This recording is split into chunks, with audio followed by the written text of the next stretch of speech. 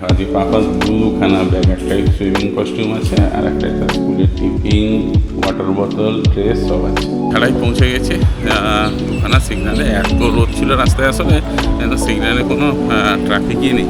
পাপার স্কুলের new bag দিয়েছে, স্কুল থেকে আবার নিতে হয়েছে এই ব্যাগটা।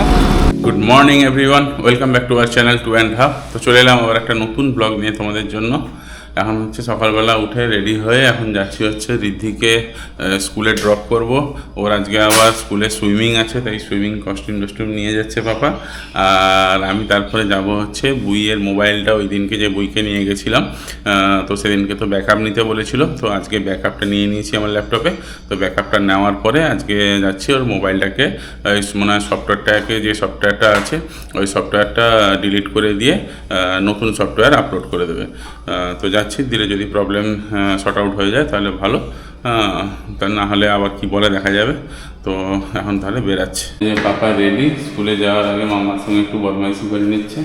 দেখো যে পাপার দুখানা ব্যাগ, একটা সুইমিং কস্টিউম আছে আর একটা স্কুলের টিফিন, ওয়াটার বোতল, ড্রেস সব আছে। তাই তো রিদ্ধিকে স্কুলে ছেড়ে দিয়ে সবে বেরিয়ে এসেছিলাম, হঠাৎ করে মনে পড়লো হাই রে হেলমেট তো পরিনি, তারপর দেখি হেলমেট নিয়েও আসিনি।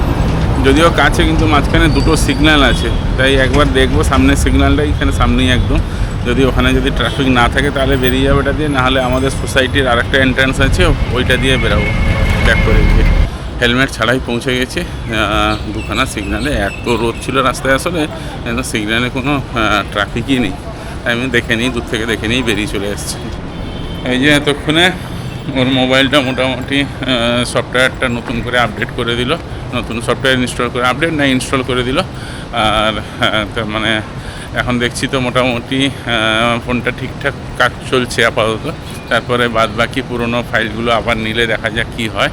আমি বলে এলাম সেটা, যে এখন তো ফোন এখন পুরো তো খালি আছে, আমি পরে পুরোনো ফাইলগুলো নিয়ে যদি কোনো প্রবলেম, বলো হ্যাঁ প্রবলেম হলে নিয়ে আসবেন, কোনো অসুবিধা নেই। তো যাই হোক, ভাবছিলাম রিদ্ধিকে একদম নিয়েই চলে যাব। দেখছি যদি রিদ্ধির ছুটি হতে আর একটু বাকি আছে, যদি টাইমের মধ্যে মানে যেতে যেতে যদি হয়ে যায়, এক কাপ চা খাবো, তাতে যদি রিদ্ধির টাইমের মধ্যে কাছাকাছি পৌঁছে যাই, তাহলে রিদ্ধিকে নিয়েই একদম বাড়ি ঢুকবো। আমি এখন রিদ্ধি স্কুলের সামনে পৌঁছে গেছি। ওই স্কুল একটু সামনে একটু দূরে দাঁড়িয়ে একটি ছায়াতে, যা রোদ।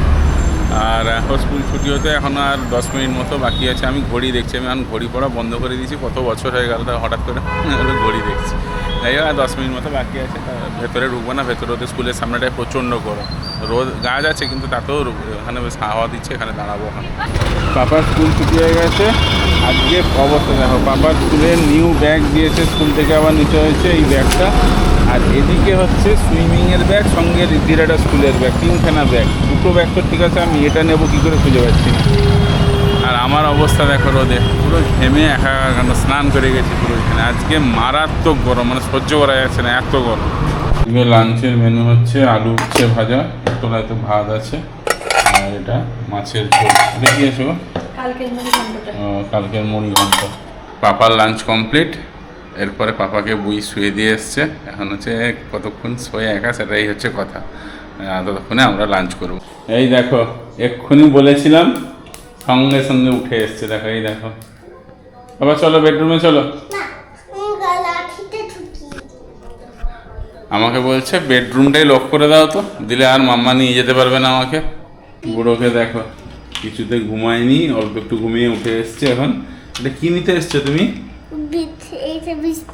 এটা বিছরি, ঠাকুরের প্রসাদের বিছরি। আমাকে বললো ঠাকুরের প্রসাদ যে মাম্মা কালকে দিয়েছিল, বিছরি খেতে এসছি। এটা বিছরি না, এটা মিছরি। না বিছরি না, মিছরি বলো, মিছরি।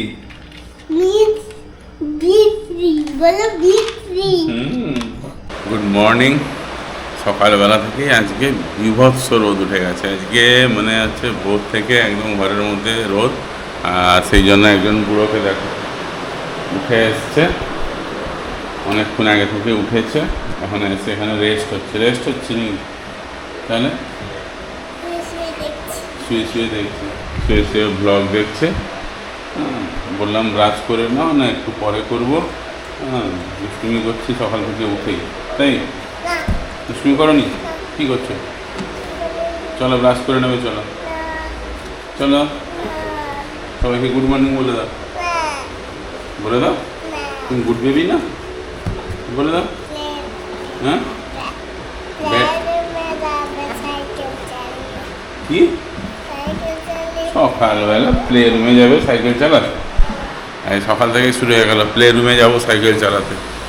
এখন তো স্কুল আছে একটু পরে, এখন আর কোথাও যাবে না। আর এই যা রোদ, মানে ও রীতিমতো হচ্ছে এই যে এইটুকু ওকে বাইকে করে নিয়ে যাই, তাতেই মানে বাচ্চা যেহেতু ওর মানে কষ্ট হয় রীতিমতো, স্কুল থেকে ফেরার সময় আরও বেশি কষ্ট হয়।